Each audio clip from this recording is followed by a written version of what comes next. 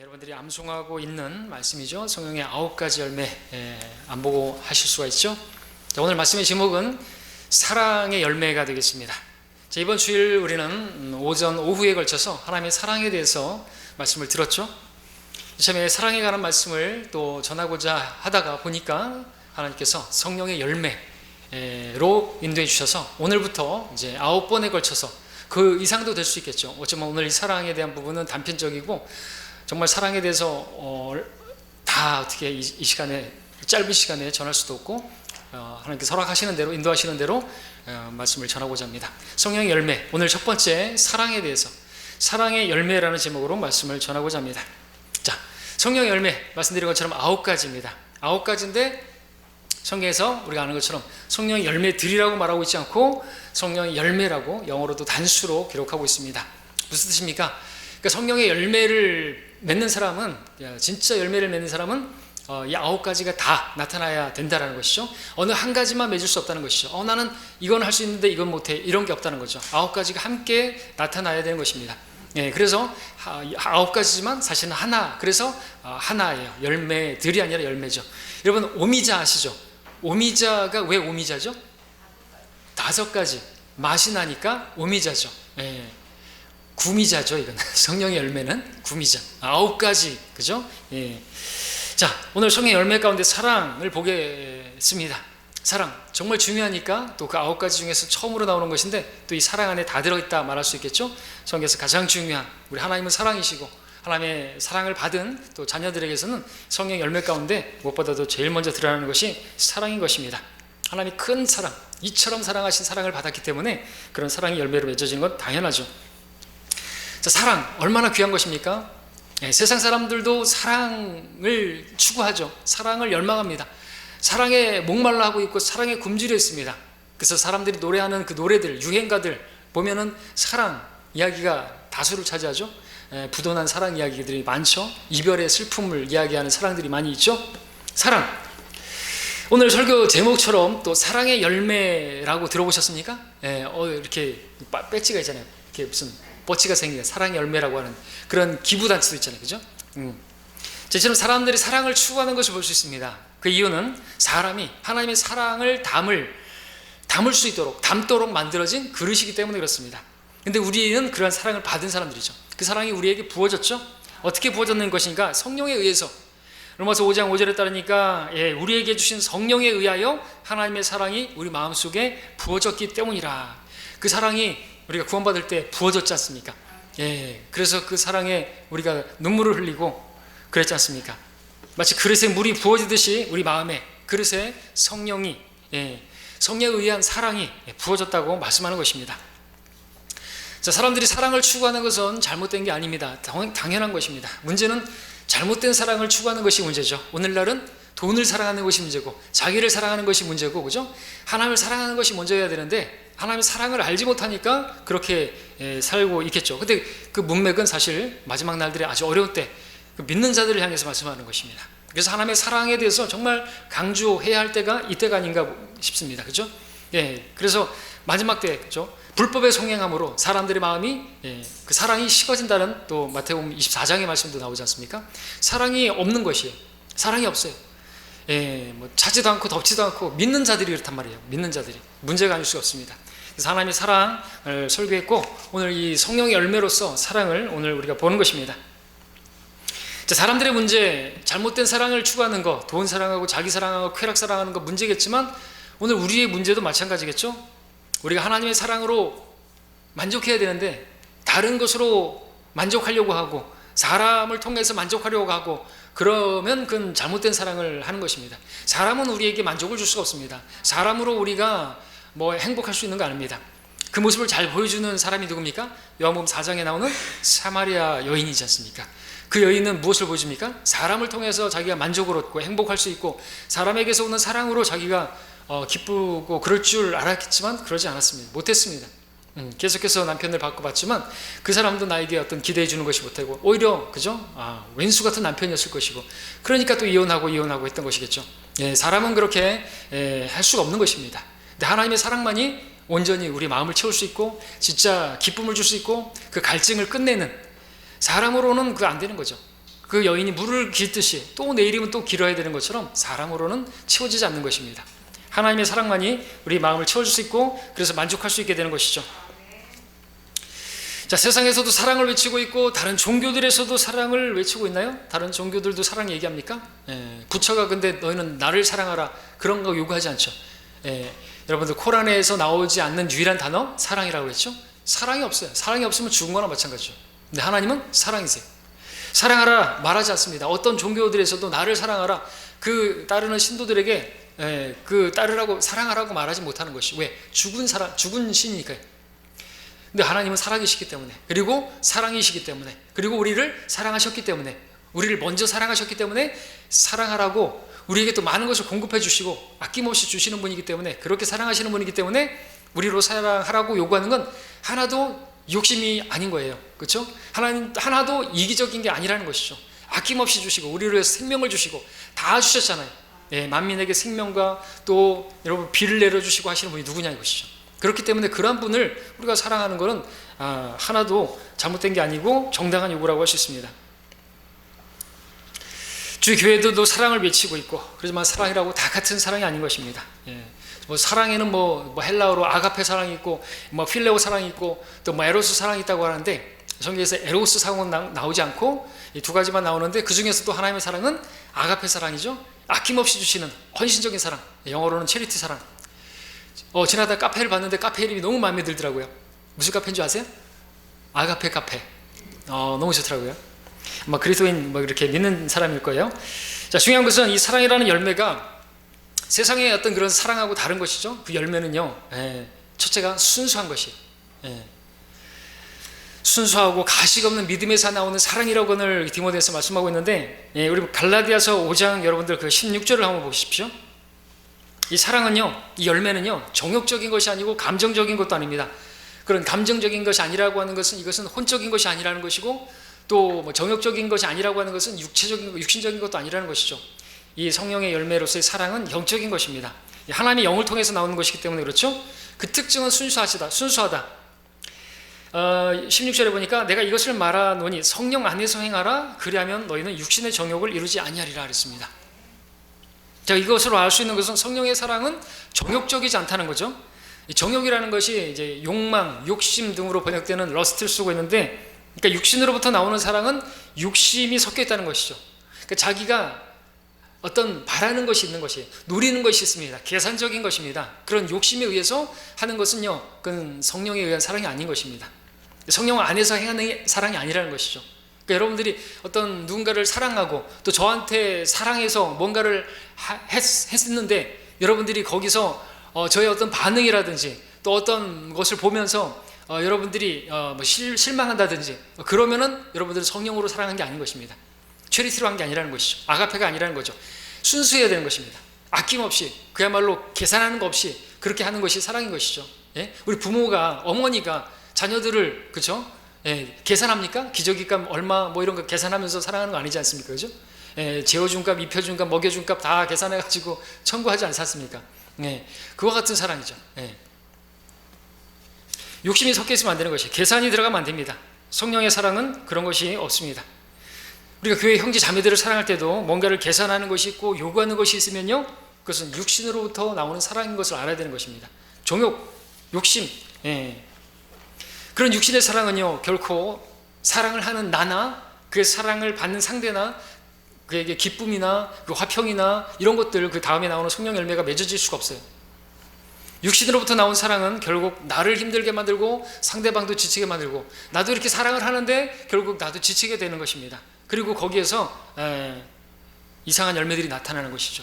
시기라든지 이런 것들이 나타나고, 왜냐하면 육신 안에서 하는 사랑은 욕심이 섞여 있기 때문에 그렇습니다. 육신의 사랑은 자기의 욕심이 채워지지 않을 때, 욕심, 그 정욕이 채워지지 않을 때 질투나 증오심으로 변질돼 버립니다. 그러니까 난 이렇게 사랑하는데 반응이 거기에 따라서 돌아오지 않는다. 나는 사랑하는데 나를 사랑해주지 않는다. 그러면은 어떻게 되죠? 삐지고 막 그렇게 질투하게 되고 이렇게 하게 되겠죠. 그러면 이것은 육신으로 한 사랑이라는 것이죠. 문제가 있는 것입니다. 그러니까 우리가 내가 지금 사랑을 하고 있나가 중요한 게 아니라 그보다 더 중요한 것은 내가 성령으로 사랑하는 것인가, 성령의 열매로서 사랑의 열매를 맺고 있는 것인가 하는 것을 우리는 판단할 수 있어야 되는 것입니다. 내가 누군가를 사랑하고 나서도 뭐 마음이 안 좋다든지 또는 뭐 그 반응에 따라서 뭐 내 마음이 불편하다든지 그러면은 육신으로 한 거라는 것이죠. 예, 판단할 수 있어야 됩니다. 육신의 사랑은 이기적이지만 성령의 사랑은 희생적인 것입니다. 희생하고도 아무것도 바라는 게 없는 것입니다. 육신의 사랑은 특징이 상대를 힘들게 만드는 것이에요. 성령의 사랑은요, 상대를 평안하게 만듭니다. 기뻐하게 만듭니다. 육신의 사랑은 감정적이고 일시적인 것이지만 성령의 사랑은 변함이 없습니다. 상대 반응에 따라서 달라지지 않습니다. 우리가 맺어야 하는 사랑은 성령의 열매로서의 사랑이고, 우리가 걷는 믿음의 길은 내 힘으로 사랑해야지 라고 애쓰는 사랑이 아니라 우리 안에 계시는 성령께서 우리가 성령의 인도를 받기만 하면 그 열매는 없어 사랑은 자연스럽게 맺어지는 것입니다. 자연스럽게 나와야 되는 것이죠. 우리가 뭘 이렇게 다른 것도 마찬가지입니다. 뭘 해야지 해서 내가 저렇게 미운 사람을 사랑해야지, 그래야지 내가 그래도 성경을 좀 아는 사람이고 내가 목사고 그러니까 해야지, 내가 성경대로 믿는 사람이니까 사랑을 해야지, 저런 사람도 사랑할 수 있어야지, 그런 건 사랑이 아닌 것이죠. 그래서 종교입니다. 그래서 성령의 열매로서의 사랑이 아닌 것입니다. 사랑할 수 없는 나는 십자가에 못 박고 육신 안에 아무것도 선한 것이 없기 때문에 육신으로 하게 되면요 전혀 무익한 것입니다. 그렇기 때문에 성령으로 말미암은 사랑을, 그러니까 내가 십자가에 못 박히기만 하면 내 안에 사시는 성령 하나님께서 자연스럽게 그 사랑이 열매로서 이렇게 나타나는 것이고, 내가 성령으로 충만하게 되면 차고 넘쳐서 다른 사람에게 그 사랑이 흘러가게 되어야 되겠죠. 18절을 보시게 되면, 그러나 너희가 성령의 인도하심을 받는다면 너희는 율법 아래 있지 아니하느니라 그랬습니다. 그러니까 성령의 사랑은 율법 아래 있는 것이 아니라는 것이죠. 그러니까 율법적이지 않다는 것이죠. 이렇게 해야 된다, 사랑해야 된다 그래서 사랑할 수 있는 게 아니라는 것이죠. 성령의 인도를 받으면 자연스럽게 나타나는 열매로서의 사랑이지 억지로 하는 게 아니라는 것입니다. 행위의 법으로냐? 아니라 믿음의 법이었어요.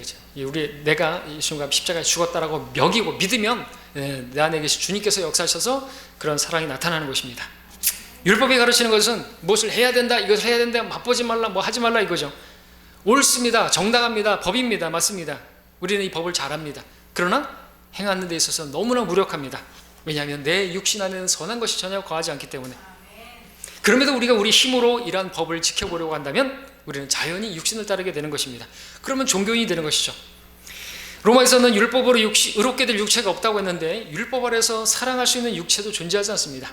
우리가 믿음으로 성령을 받았고 우리가 믿음으로 성령에 의해서 의롭게 되었는데 우리가 육체로서 온전해지려고 하면 안 되겠죠? 성령으로 시작했으면 성령으로 마쳐야 되겠죠. 우리 안에 계신 성령을 힘입어 우리는 그 좋은 것을 이룰 수가 있어야 됩니다. 사랑하는 것도 마찬가지입니다. 자, 성령의 인도를 받아서 나오는 사랑은요 기쁨이 넘치고요 화평이 흐르는데요, 반대로 율법에서 나오는 사랑은요 딱딱하고 그건 경직되어 있습니다. 그 사랑도 아니겠죠. 성령의 인도로 나오는 사랑은 힘이 들지 않지만 율법에서 나오는 사랑은 힘듭니다. 피곤합니다. 지치게 됩니다. 이거 오래 못하는 것이 긴 병에 효자 없다는 말이죠. 사랑해서 하지만은 그게 지치게 돼 있어요. 나중에는 지치게 돼 있단 말이죠. 성령을 통한 사랑은 수준 높은 사랑을 이루고도 정말 엄청난 희생을 하고서도 겸손하지만 율법으로 이룬 사랑은 그 사랑을 이룬 그 사람을 교만하게 만듭니다. 누군가를 구제하고 뭐 그러면서 자기를 드러내려고 하는 텔레비에 나오는 그런 사람들 있잖아요. 교만해지게 되는 것이죠. 그건 사랑이 아니기 때문에 열매가 교만으로 나타나는 것입니다. 자기를 드러내려고 하고, 여러분들도 마찬가지죠. 우리도 어떤 일을 하고 나서 나를 드러내려고 하면요 그것은 성령으로 한 게 아닌 것이죠. 성령의 열매로서 사랑한 게 아닌 것입니다. 여러분들이 그렇게 누군가에게 구제를 하고 섬기고 했다 할지라도 여러분들 드러내는 게 없어야 되는 거죠. 우리 침례 성도죠. 감춰져야 되는 것입니다. 그 사람이 나에게 고맙다고 말을 하지 않는다 할지라도, 내가 이렇게 해줬는데 반응이 오지 않는다 할지라도 여러분들 실족할 게 아니고 마음 상할 것도 아니라는 것이죠. 그렇다라고 한다면, 그런 마음이 들었다라고 한다면 그건 내가 육신으로 한 거예요. 그러면은 반드시 그 육신의 일들, 거기에 시기와 질투와 다툼과 이런 것들이 오늘 보면 위에 나오잖아요. 육신의 일들은 그렇게 성령의 열매와 현저하게 차이가 나는 것이라는 거죠. 그 열매로 나무를 알 수 있다 그랬습니다. 여러분 어떻게 사랑한 것입니까? 잘못된 사랑한 것이에요. 그러면은 실족하게 되는 것입니다. 자, 우리가 걸어야 할 길은 사랑을 해야 한다라고 하는 그런 어떤 주님께서 사랑하라고 했으니까, 계명을 주셨으니까, 명령이니까 해야 된다라고 한다면 그거는 오래 가지도 못하고 할 수도 없습니다. 우리가 해야 될 건 성령의 인도를 받는 것이죠. 성령의 인도를 받으면 어떤다고 그랬습니까? 그럼 우리가 율법을 했지 아니하고 율법에 할 수 없는 것을 행하는 것이죠. 사랑은 율법의 완성이니라. 로마서 13장에서 말씀하고 있잖아요. 사랑하면요, 내가 저 사람에게 무엇을 해야 할지 성경에 말씀하시는 것을 다 몰라도 다 하게 된다고 성경이 말하고 있지 않습니까? 가늠하지 말지, 미워하지 말지, 이런 거 다 조목조목 안 해도 사랑하면, 그죠? 연애할 때 그 사랑하는 사람에 대해서 그가 뭘 어떻게 해줘야 될지를 몰라도 다 하게 되죠. 그죠? 알아서 하죠. 차 문도 열어주고 다 하잖아요. 그죠? 왜? 사랑하니까. 사랑 안 하면 그런 것까지 내가 왜 해야 돼? 이만큼 하면 됐지. 이렇게 되잖아요. 근데 사랑하니까 그렇게 잘해요. 자기 부모한테는 그렇게 안 하면서 차 문도 열어주고 어떻게 할까봐 잠깐 브레이크를 밟아도 괜찮아 그러니까 그런 배려도 나오고 막 그런단 말이죠. 근데 사랑이 없으면 언제부턴가 이게 그런 거 없어요.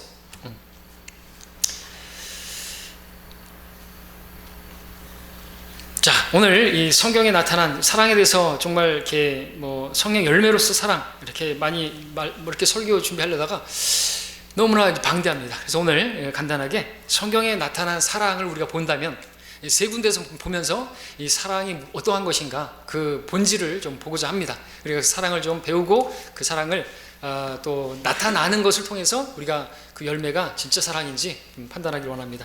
첫 번째는 아버지 하나님의 사랑이고, 두 번째는 아들 하나님 우리 주 예수 그리스도의 사랑이고, 세 번째는 나를 따르라고 했던 사도 바울의 그 사랑이 어떠한 것인가를 보면서 우리가 진짜 사랑을 하고 있는 것인가, 성령 열매로서 사랑을 맺고 있는 것인가 보도록 하겠습니다.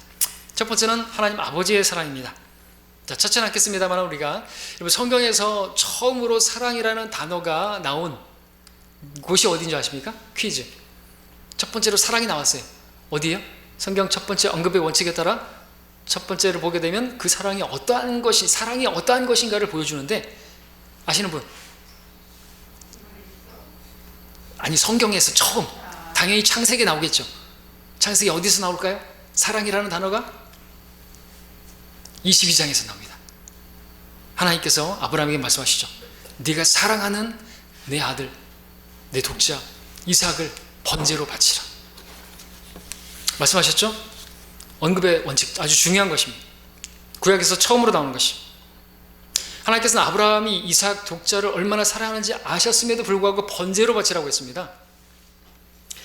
자, 우리가 이런 말씀을 보게 되면 정말 불같은 시련이고 정말 너무한 거 아닌가 생각하기는 들면서, 우리는 이 당시에 하나님의 마음 같은 거는 헤아릴 생각도 안 하고, 아브라함의 마음이 얼마나 아팠을까, 괴로웠을까, 어떻게 그것을 순종할 수 있었을까, 이런 것을 생각할 수가 있습니다. 그런데 그 사건을 우리가 신약으로 와서 신약 성경에서 첫 번째로 나오는 사랑이라는 단어와 연결시키게 되면 하나님께서 왜 이삭을 바치라고 하셨는지를 알 수 있게 되고, 하나님의 사랑의 그 본질이 무엇인지를 볼 수가 있습니다. 자, 신약에서 가장 처음 또 나오는 사랑은 어디서 나오는 줄 아십니까? 아닙니다. 네, 3장 16절. 저 마태복음 3장인데 제가 읽겠습니다. 17절에서 하늘에서 한 음성이 있어 말씀하시기를 이는 내 사랑하는 아들이요 내가 그를 매우 기뻐한다. 내가 그 안에서 매우 기뻐한다. 연결시켜 보십시오. 이 말씀은 예수님께서 침례인 요한에게서 침례받고 올라오실 때 하나님께서 하늘에서 말씀하신 것이에요. 뭐라고요? 내가 사랑하는 내 아들. 창세기에서 난 아버지가 사랑하는 독자를 제물로 드리는 그 그림자에 해당하는 것인데, 마태복음에서는 아버지 하나님께서 독생자이신 예수 그리스도를 화목 제물로 드리는 그 실상을 보여주고 계시는 것이죠. 아브라함의 마음이 이삭을 바칠 때 정말 아팠겠지만 그 아픈 만큼이나, 아니 그보다 더 하나님의 마음은 아팠던 것이겠죠. 이삭을 향한 아브라함의 사랑만큼이나, 아니 그보다 더 하나님께서는 하나님의 아들을 사랑하셨습니다. 창세기에서 이삭이 물었습니다. 아버지, 번제쓸 양 어디 있습니까? 아브라함이 말했습니다. 하나님께서 자신을 번제쓸 어린 양으로 마련하실 것이다. 그리고 신약을 여는 광야에서 외치는 자의 음성인 침례 요한이 외칩니다. 보라, 세상 죄를 제거하는 하나님의 어린 양이로다. 하나님께서 단순하게 아브라함의 믿음을 시험하시기 위해서 독자 이삭을 바치라고 한 게 아닌 것이에요.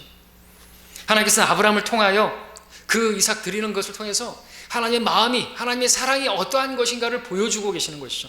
하나님께서는 이미 창세기부터 우리를 위해서, 죄인들을 위해서 하나님의 아들을 십자가에 죽게 하실 것을 다 보고 계셨던 것이죠. 그렇게 사랑을 보여주실 것을 계획하고 계셨던 것입니다. 아브라함은 자기 아들을 자기가 사랑하는 하나님께 바쳤지만 하나님께서는 죄인들을 위해서, 원수들을 위해서, 경건치 않은 자들을 위해서 사랑하는 아들을 내어주셨습니다. 어떻게 이거를 우리가 감당할 수 있고 측량할 수가 있고 할 수가 있겠습니까? 이처럼 사랑하셨다니까요. 자, 우리는 이런 하나님의 사랑을 기억할 때, 이런 사랑을 받았던 우리들이라 이것을 기억하면 우리 마음에 만족이 임할 것이고 별일 아닌 일에도 막 인상 쓰지 않을 것이에요. 그렇죠? 기뻐하게 될 것입니다. 사랑 다음에 뭐예요? 기쁨이죠. 화평이죠. 자연히 나오는 것입니다. 이런 사랑을 받았기 때문에 우리는 어떤 상황에서도 기뻐할 수가 있는 것입니다.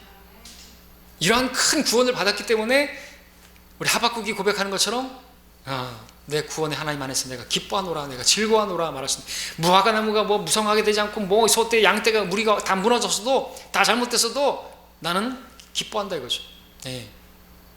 우리 구원 받았으니까, 이런 사랑을 받았으니까.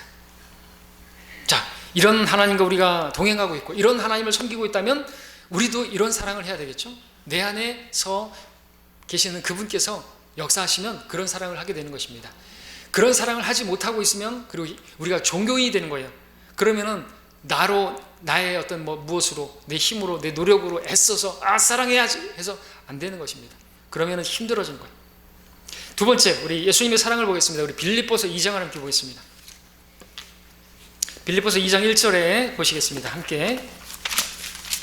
우리가 최근에도 또 봤기 때문에 간단하게 볼 터인데요. 이 간단한 말씀은 아니지만 사실 2장 1절에 보면 이제 그러므로라는 말씀으로 시작합니다. 그리스도 안에 어떤 격려나 사랑의 위로나 성령의 교제나 인정이나 자비가 있다면, 그러므로라고 시작하고 있으니까 이것은 1장의 문맥과 연결되는 걸 보여주고 있죠. 1장의 그 뒷부분의 문맥을 보게 되면 우리의 행위가 복음에 합당해야 된다는 걸 27절에서 말씀하고 있습니다. 그리고 복음에 합당한 삶을 이제 2장에서 말씀하고 있는데, 그것은 사랑과 겸손이라고 말할 수가 있습니다. 사랑은 또 겸손과 함께 나타나는 것으로 보여줄 수 있습니다. 그러니까 사랑한다고 하면서, 사랑하는 사람은 겸손한 사람입니다. 그죠? 우리 주일날에도 봤죠? 겸손한 사람이 사랑해야 할 대상을 앞에서 머리를 숙이는 것이잖아요. 그렇죠? 2절 3절 보겠습니다. 2장 2절 3절. 같은 사랑이 생각이 되어 같은 사랑을 가지고 하나가 되고 한 생각이 되어 너희는 나의 기쁨을 이루라. 어떤 일도 다툼이나 허영을 따라서 하지 말고 오직 생각의 겸손함으로 남을 자신들보다 존중하고 각자 자기 일만 돌아보고 남의 일도 돌아보라 말하고 있습니다. 자, 우리 여기서 사랑이 겸손과 함께 나오는 것을 볼 수 있습니다. 우리 주님께서는 겸손하신 분이시죠. 우리 주님은 사랑이신 분입니다. 자, 우리가 가정에서든 교회에서든지 간에 한 생각이 되고 한 마음이 될 수 없다고 한다면 그것은 내가 사랑이 없기 때문이고 내가 교만하기 때문이다 말할 수가 있습니다. 사랑이 없을 때 다툼이 일어나게 됩니다. 부부간에도 마찬가지죠. 사랑이 없으면 다투게 되어 있습니다. 교만이 있을 때는 허영을 따르게 됩니다. 나를 높이려고 하죠. 사랑이 있을 때는 남을 나보다 더 낮게 여기지만 교만하게 되면 남을 나보다 낮게 여기죠. 우리는 하나님께 기도할 때 다른 사람들을 돌아볼 수 있어야 되는 것입니다. 나 일만 돌아보지 말고, 나만 돌아보지 말고 다른 사람들, 다른 성도들을 먼저 돌아볼 수 있어야 되는 것입니다. 우리가 기도로 모였지만 기도할 때도 내 기도를 제일 마지막에 하잖아요. 그죠? 우리 개인 기도 마지막 하잖아요. 그리고 하나님께서 원하시는 것이 무엇이고 하나님의 나라를 구하고 그 다음에 우리 다른 중보 기도하지 않습니까? 다른 성도들을 돌아보는 것이죠. 이제 그러고 나서 우리가 개인 기도하는데, 나를 위해서 기도하는데, 이게 순서가 잘 조화로운 것이고 성경적이고 맞는 것입니다. 여러분들 개인적으로 기도할 때도 다른 성도들을 위해서 중보기도 하시고 하나님 나라를 먼저 구하시고 그러니까 교회를 위해서 기도하시고 그 다음에 여러분들의 필요를 놓고 기도하시고 그러면 하나님께서 기뻐하시는 것이 자, 그렇게 기도할 때 다른 사람들을 위해서 기도할 때 나보다 낮게 여기라 그랬습니다. 낮게 여기지 말고 낮게 여기라 그랬습니다. 여러분들이 사랑할 수 없는 미워하는 그런 사람이 있습니까? 그런 사람이 있을 때 그 사람을 위해서 기도하십니까? 그 기도할 때 어떻게 기도하십니까? 그 사람을 변화시켜 주시라고, 그 사람을 좀 바꿔 주시라고 그렇게 기도하면 안 됩니다. 사실 하나님께서는요, 그런 사람을 통해서 내가 변화되길 원하세요. 그러니까 내가 변화돼서 내가 변화된 나를 통해서 주님께서는 그 사람이 변화되길 바라시는 거예요. 이게 성경에 하나님 원하시는 것이고 하나님의 방법인 것입니다. 내가 변화돼 갖고 내가 사랑하게 되고 내가 겸손하게 되면 그런 변화된 나를 통해서 그가 변화되는 것이에요. 내가 변화되지 않고 우리 너무나 잘 알지 않습니까? 똑바로 걸어 안 되잖아요. 자기는 옆으로 걸으면서 똑바로 걸어 앞으로 걸어 안 된단 말이죠. 잘하는데 잘 안 되죠. 자, 빌립보서 2장의 문맥은 사랑과 겸손이 복음에 합당한 삶을 사신 예수님의 모범을 제시해 주고 있는데 5절부터 8절까지 그분께서 얼마나 낮아지셨는가, 자신을 낮추셨는가, 그렇게 겸손하게 되었는가를 보여주고 계십니다. 하늘 영광 다 버리시고 하나님과 동등하게 되는 걸 탈취하여 여기지 않으시는 그분, 하나님이신 그분께서 육신으로 오셔서 종의 형체를 입으시고 사람의 같은 십자가의 죽음에까지 낮춰졌다고 말하고 있습니다. 예수님의 사랑은 그 사랑이 냄새나는 구유, 마일구유에서 태어나게 하는, 나사렛의 작은 정말 이름 없는 그런 시골에서 태어나게 하는, 사람들이 데려다가 왕을 삼고자 할 때도 자리를 피해서 가난하고 병든 자들과 함께하고 그들에게 찾아가고 제자들의 발을 씻겨주는, 그렇게 하는 것은 바로 예수님의 사랑이었던 것입니다. 그것은 겸손함으로 나타났던 것이죠. 예수님의 사랑은 약한 자들, 없는 자들, 멸시받는 자들, 그런 자들과 함께하는 것이었고, 병자들을 정말 이렇게 힘드시고 말씀 전파하시고 수고하시고 피곤하신데도 불구하고 사람들이 오면 또 질병을 치유시켜 주시고, 예수님의 사랑은 또 나사로의 무덤 앞에서 슬퍼하던 믿음 없던 그 군중들 정죄하고 그런 것이 아니라 그들과 함께 우는 것이었고, 자기를 대적하고 조롱하는 자들을 위해서 저들이 알지 못합니다, 용서해달라고 그렇게 기도하는, 그러면서 자기는 생명을 버리는 것으로 나타났습니다. 자, 우리가 예수님과 동행하고 있다면 우리에게서 이러한 사랑이 나타나야 되는 것입니다. 예수님을 안다고 한다면 나타나야 된다는 것이죠. 근데 많은 어떤 사람들이 예수님을 안다고 하면서 동행한다고 하면서 사랑은 나타나기 어렵습니다. 보기가 힘들어요. 겸손이 나타나지 않습니다. 입에는 독설이 나오고 신랄한 말들이 나오고 그러면 안 되는 것이죠. 다른 형제 자매들에 대해서 판단하고 미워하고 막 그렇게 하는 것이 나오면 안 되겠죠. 너무나 쉽게 나오면 안 되겠죠. 좀 변화되어 되겠지만 너무나 쉽게 그러면서 하나님의 사람이라고 하고 하나님의 종이라고 하면 안 되겠죠. 자, 오늘 우리 안에 사시는 그리스도께서는 언제나 우리를 이렇게 부르고 계십니다. 초청하고 계십니다. 나와 함께 동행하자. 나와 함께 헛된 영광 구하지 말고, 그런 영화 구하지 말고, 욕심 구하지 말고, 자기 유익을 구하지 말고 다 버리고 나와 함께 사랑의 길, 겸손의 길을 가자고 그렇게 추천하신 것이, 나에게 오라, 배우라. 무엇을요? 나는 온유하고 겸손하니. 그걸 배워야 되겠죠. 자, 마지막으로 이제 사도 바울의 사랑을 한번 생각해 보겠습니다. 고린도서 8장 1절을 함께 보겠습니다. 고린도서 8장 1절에 잘 아는 말씀이죠. 바울의 사랑. 우리는 정말 사랑한다면 이렇게 행해야 하는 것입니다. 우리 주님을 따른다면 이렇게 해야 되는 것이고, 아버지 하나님의 사랑을 한다면 또 이렇게 해야 되는 것입니다. 8장 1절에 그러므로 이제 그리스도 예수 안에 있는 자들에게는 결코 정죄함이 없나니 그들은 육신을 따라 행하지 아니하고 성령을 따라 행하느니라가 아니라, 이거 로마서 8장이고 고린도전서 8장. 우상들에게 바쳐진 것들에 관하여는 우리 모두에게 지식이 있음을 알거니와 지식은 교만하게 하지만 사랑은 세워주느니라 말씀하고 있습니다. 자, 고린도 교회 우상에게 바친 고기 문제, 먹어도 되냐 말아야 되느냐, 이 문제 가지고 아주 논쟁이 있었습니다. 오늘날로 이제 우리에게 말하면 명절날 추석 때 제사 지낸 음식 먹어야 되느냐 안 되느냐, 뭐 그런 문제와 비슷하겠죠. 자, 4절의 말씀 보게 되면 분명합니다. 근데 우상들에게 바쳐진 제물, 먹는 일에 관해서는요, 우리가 아는 것은, 우리가 알아야 되는 건 우상들은 세상에서 아무것도 아니고요, 하나님 한 분밖에 계시지 않다는 것이죠. 그 우상이 아무것도 아니니까, 우상에게 바쳐진 음식도 아무것도 아니니까 그냥 먹어도 되는 게 성경의 진리입니다. 8절에서도 그걸 말하고 있고요. 근데 문제는 이런 지식이 없는 성도가 있다는 것이고, 그러다 보니까 지식 있는 성도는 마음대로 먹고 지식이 없는 성도는 먹지 않습니다. 그런 상황에서 이제 어떤 논쟁이 벌어지게 되고, 어떤 뭐 비판하는 것이, 또 정지하는 것이, 업신여겨지는 것이 있는 것이죠. 이런 상황에서 바울이 말하는 것은 뭡니까? 1절에서 사랑은 세워주는 것이고 지식은 교만하게 하는 것이다. 지식을 가진 형제들은 교만해서 그렇지 못한, 지식을 가지고 없는 형제들을 무시한 채 그렇게 고기를 먹었던 것이죠. 물론 고기 먹는 자체는 죄가 아닌 것입니다. 근데 믿음이 약한 형제들에게 거침이 되는 면서 그렇게 먹으면 그것은 죄가 되는 것입니다. 11절 12절을 보시면, 그러면 내 지식으로 인하여 그 약한 형제를 망치게 되리니 그를 위하여 그리스도께서 죽으셨느니라. 그러므로 너희가 형제들에게 그렇게 죄를 짓고 또 그들의 약한 양심에 상처를 주는 것이 곧 그리스도께 죄를 짓는 것이니라 말씀하고 있습니다. 자, 바울의 행동 원칙은 무엇이었습니까? 어떤 것이 맞고 어떤 것이 틀리고 그런 게 아닌 것이죠. 사랑으로 행하는가 이거죠. 세워주는 것인가, 그 성도를 세워주는 것인가 이거죠. 13절에서 말씀하고 있습니다. 따라서 음식이 내 형제를 실족시키는 것이라면, 그죠? 나는 고기를 이 세상에 존재하는 한 먹지 아니하리니 이는 내가 내 형제를 실족시키지 아니하려는 것이니라 말하고 있습니다. 옳고 그런 게 중요한 게 아니라 그 형제를 세워주는 것이냐 안 하는 것이냐 이거죠. 내가 말하는 것이 정당하고 내가 그렇게 말한다고 해서 잘못된 거 하나도 없다 이거죠. 근데 그런 것을 가지고 근거로 우리가 교회 생활하면 안 됩니다. 교회 생활뿐만 아니라 가정 생활도 마찬가지고 직장 생활도 마찬가지라는 것이죠. 내가 그리스도의 통로가 되어야 되잖아요. 그죠? 내가 이 땅에 있는 사명이 주님을 전하는 것이잖아요.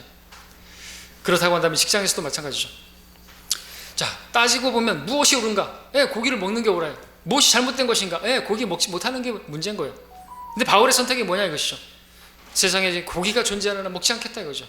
혼자 몰래 먹는 것도 아니고 먹어도 될 텐데 아예 먹지 않겠다고 말하는 것이죠. 고기를 먹는 문제가 진리의 어떤 그 문제라고 한다면, 명령의 계명의 문제라고 한다면 타협하면 안 되겠지만, 우리의 권리나 우리의 어떤 그런 그 정당성에 관한 문제라고 한다. 근데 자유에 관한 문제라고 한다면 우리는 얼마든지 내려놓고 포기할 수 있어야 되는 것입니다. 지식을 가진 성도들은 많이 있는지 모르겠지만, 특별히 우리 성경대로 믿는 교회들 가운데서는 더더욱 많은 지식이 있어요. 근데 형제를 위해서 자신의 권리를 포기하고 자신의 권위를 또 자유를 포기하는, 내려놓는 사람을 찾아보기 힘듭니다.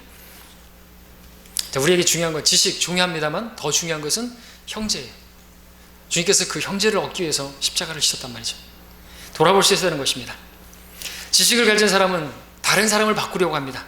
그러나 사랑을 가진 사람은 자기를 바꾸려고 합니다. 우리가 누군가를 바꾸려고 한다고 한다면, 여러분의 기도 제목 가운데서 그 사람을 바꿔달라고만 기도한다 한다면, 그것은 내가 육신 안에서 사랑을 따라 행하는 것이 아닙니다. 성령을 따라 행하는 것이 아닌 것입니다. 그러나 내가 나를 바꾸려고 한다면, 그런 사람들을 보면서 내가 그를 향해서 오래 참아주고 그에게 절제하고 그에게 소나무로 대하고 그렇게 될 수 있도록 기도한다면 나는 성령 안에서 기도하는 것이고 성령의 인도함을 받아서 기도하고 있는 것이죠. 우리 기도는 성령 안에서 해야 되는 것입니다. 그러지 않은 기도들은요, 육신적인 그런 기도들은요, 응답이 안 되는 것입니다.